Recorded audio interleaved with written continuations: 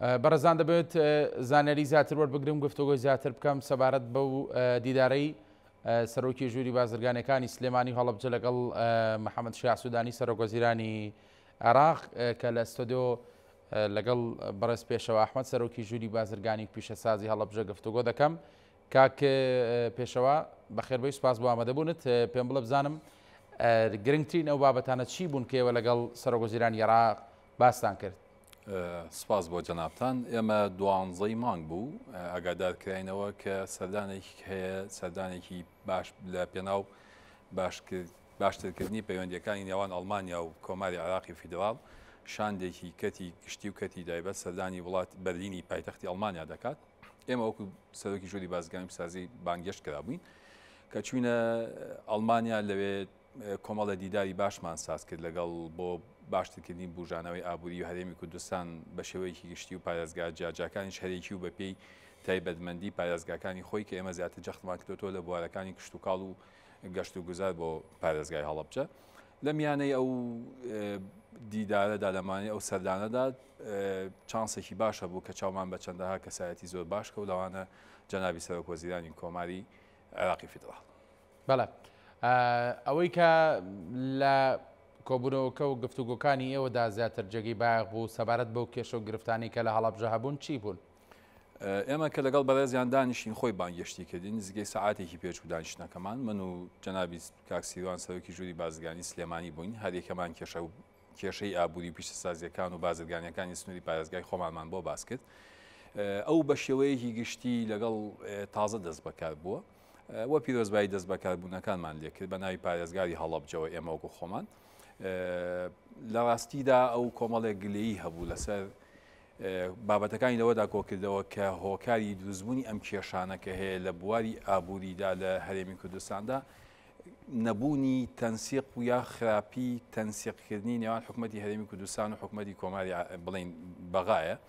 ئێمە فەسەدێکی باشمان زانی داواکاریەکانمان لە چوار خاڵدا کە ئاماژەت پێدا لە سەرەتای ڕاپۆرتەکەدا هەواڵەکاندا ئێمە کورتمان کردەوە لەو چوار خاڵەدا. ئەڵبەتە هەڵەبجە پێداویستی زۆرە و پێویستی بە ئاورداونەوەیکی زۆر باشە هەم لەلایەن حکوومەتی هەرێمی کوردستان و هەم لەلایەن حکوومەتی بەغداوە. بەڵام ئێمە نەمانویست بابەتەکان زیاتر درێژەی پێ بدەین. وتمان چوار بابەتی سەرەکی ئێستا باسی دێوەکەین کە خۆشبەختانە زۆر باش گوێی لە بابەتەکان گرت و بەڵێنی جێبەجێکردنیدا کە یەکێک لەوانە تەواوکردنی ڕێکارەکانی بە پارێزگابوونی هەڵەبجە بوو و مامەڵەکردبوون لەگەڵ هەڵبجەدا وەکو پارێزگای ژمارە 19 کۆماری عێراق کە بەڵێنیدا لە زووترین کادا کاری لەسەر بکە.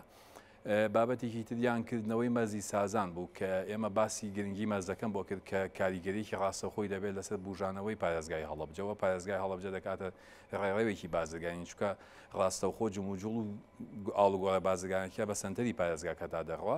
ئەو پرسیاریەوەی کرد بە شێوەیەکی گشتی گلەی لە کۆمەڵێ مەرزی هەرێمی کوردستان هەبوو. بەڵام ئێمە پێمان وت ئەمە بۆ هەڵەبجەیە تایبەتە بە کەسوکاری شەهیدان و قوربانیانی هەڵەبجە خاوەنی قوربانێکی گەورەیە بۆ کە بۆتە هۆی یەکێک لە هۆکارەکانی ڕزگاربوونی عێراق بوو لە دەست ڕێژەمی باس.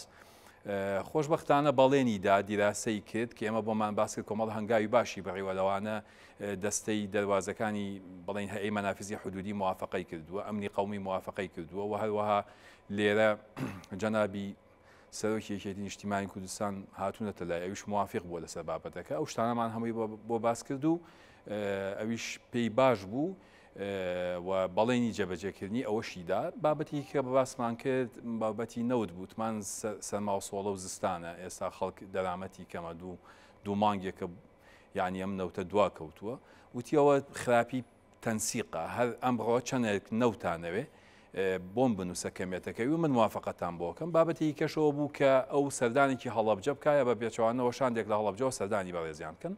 بەڵێنیەوەشیدا کە سەردانی هەرێمی کوردستان دەکا و سەردانی هەڵەبجە دەکا و بەڵێنیشدا کاتێکمان بۆ دیاریکە بە هەماهەنگی ئەم بابەتان هەمووی لەگەڵ بەڕێز پارێزگاری هەڵەبجە کە مامۆستا ئازاد تۆفیقا کراوە کە ئێمە بتوانین سەردانیەوە بکەین. ئەو بوو دوای ئەوەی کە ئێمە لێبووینەوە لە دیدارەکە لەگەڵ جەنابی مامۆستا ئازاد لە تەنسیقمان کرد هەوی بۆ کردین بە چوار نووسراوی فەرمی پارێزگای هەڵەبجە و دوایی خۆم جارێککە چوومەوە بەلای بەڕێزیان و بەدەستی خۆم تەسلیمی جەنابی سەرۆکوەزیرانم کرد و بەڵێنیدا کە بۆمان جێبەجێ بکەن. زۆر باشە. ئەنی ئەوەنی کە جەنابەت باسێکی ینی دانیشتەکەتانیان کۆبوونەوەکەتان کۆبوونەوەیشی پڕ بەرهەم بۆ ینی ئومێدتان هەیەیان گەشتبینن بەوەی کە ئەو بابەتانی کە باسی دەکەیت و سەرۆکوەزیران بەڵێن لە سەرداوە بۆتان جێبەجێ بکە؟ ئێمە ئەوەی لێ تێگەشتینە کۆبوونەوەکە جۆرێک لە خەمسادی لە حکوومەتتی هەرێمی کوردستانەوە هەیە بۆ داواکاریەکان بۆ پێداویستیەکانی هەرێمی کوردستان بە شێوەیەکی گشتی. ئێمە گەشتنەوە قەناعەتی کە شتێک حکوومەتتی هەرێم 100% پێویستی نەبێت داوای ناکە، ینی ئەوە یەکێکە لە گرفتەکان کە بابەتەکە لە درێژەی باسەکەدا باسیەوەمان کرد. ئێمە گەشتبینی بەوەی کە ئەگەر متابعە بکرێ و ئێمە ئەمانەوێت بەڕاستی هەچی پێداویستی و داواکاریش پارێزگاکان هەیە لە ڕێگەی نوێنەرەتی حکوومەتتی هەرێمەوە بکرێت لە بەغدا، بەڵام زۆر جار ئەم پێداویستیانە زیاد لە زەرور پێویستن، ینی ئێمە خەڵکی هەڵەبجە زۆر پێویستی بەوەی وەکو پارێزگایەک ماوەڵی لەگەڵا بکرێت، ینی ئەوە نزیکی لە 2014 و 15 لە 2014ەوە هەڵەبجە پارێزگای تا ئێستا وەکو پارێزگای نۆزەمی ماوەڵی لەگەڵا ناکرێت هەر چاوەڕێی نوێنەراتی حکوومەتتی هەرێمی کوردستانی. بەڵام پێشوانی لە ماوەکانی ڕابردوش سەرۆکوەزیرانەکانی پێشوو ینی بەڵێنیان بەم پارێزگایەدا و سەردانیان کردووە، ینی نزیکترینیان بەڕێز مستەفا کازمی سەرۆکوەزیرانی پێشووە کە بەڵێنی داوە سەردانی و پارێزگای کرانی پێم بڵێ ئومێد هەیە لەسەر ئەوەی کە ئەم جیاواز بێ لە سەرۆکوەزیرانەکانی پێشوو جددی بێ لە جێبەجێکردنی بەڵێنەکانی. ئەکەوێتە سەر بە دوواداچوونی بەڵێنەکان و هەماهەنگی و پشتیوانی حکوومەتتی هەرێمی کوردستان بۆ ئیداری مەحەلی هەڵەبجەش بۆ بە دوواداچوون بۆ بەڵێنەکان ئەگە بە دوواداچوون بکرێت و خەمسادی تێدا نەکرێت من بە ڕێژەیەکی زۆر باش گەشتبینم بە جێبەجێکردنی بەڵێنەکان. کەواتانی دوا پرسیار بۆ جەنابە کاک پێشەوە پارێزگای هەڵەبجە چەندێک پێویستی بەوە هەیە کە سەپۆرت و پشتگیری بکرێت لەلایەن حکوومەتتی عێراقیەوە جەنابیشت باست کرد ئەوە کەوتوتەوە سەر هەوڵ و ئیمکانەتی خۆتانەنی ئێوەش وەکو بەرپرسانی داری لە پارێزگای هەڵەبجە بەگشتی نەک بە تەنها یەک کەس پلانتان چی دەبێ ینی چۆن هەوڵەدەن کارێکی دەستەجەمی بکەن بۆی بەڕاستی ئەم پارێزگای پێش بخەن و تا ڕادەیەک ئەو قسەیەش بڕەوێنەوە کە هەندێک جار لە ماوەکانی ڕابردوو بازەوە دەکا کە هەڵەبجە هەر بەناو پارێزگایە هیچ کام لەو شتانی کە پێویستە پارێزگایەکەی بێنێت ینی ئەو پێویستە چی بکەن بۆی بەڕاستی پارێزگایەکی تەواو کامل بێ؟ لە ڕاستیە ئێمە هەر دقیق وایە تا ئێستاش هەڵەبجە هەر بەناو پارێزگایە. ئیدارەی مەحەلی هەڵەبجە کەم تەرخەم نییە لە بابەتەکە، چونکەوە لە توانای ئیدارەی مەحەلی هەڵەبجەدا نییە کە بوژانەوەی ئابووری لە هەڵەبجە دروست بکە و هەڵەبجە بکاتە جێگەی سەرنجی سەرمایەداران بۆی ڕووی تێ بکەن و کەتی تایبەت بەشداری بکات لە ئاوادانکردنەوەی هەڵەبجەدا. چەندین داواکاری هەیە بۆ حکوومەتتی هەرێمی کوردستان، چەندین داواکاری هەیە بۆ حکوومەتتی مەرکەزی کە جێبەجێ بکرێ. ئەم داواکاریانە ساڵانە ئەبدەیت دەکرێنەوە، ساڵانە داواکاریەکان زیاتر ئەبن پێویست بەوە کاز ینی زیاتر هەوڵی بۆ بدوێ.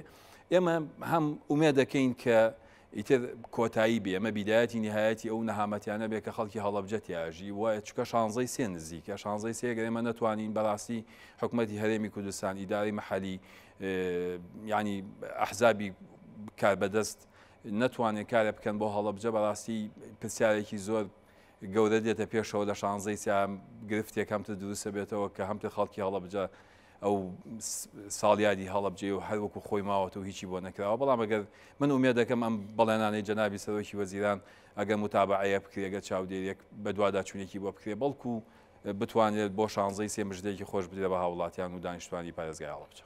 سپاس بۆ پێشەوە ئەحمەد سەرۆکی ژووری بازرگانی پیشەسازی هەڵەبجە لە ستۆدیۆ لەگەڵمان بووی بەخێر بیت.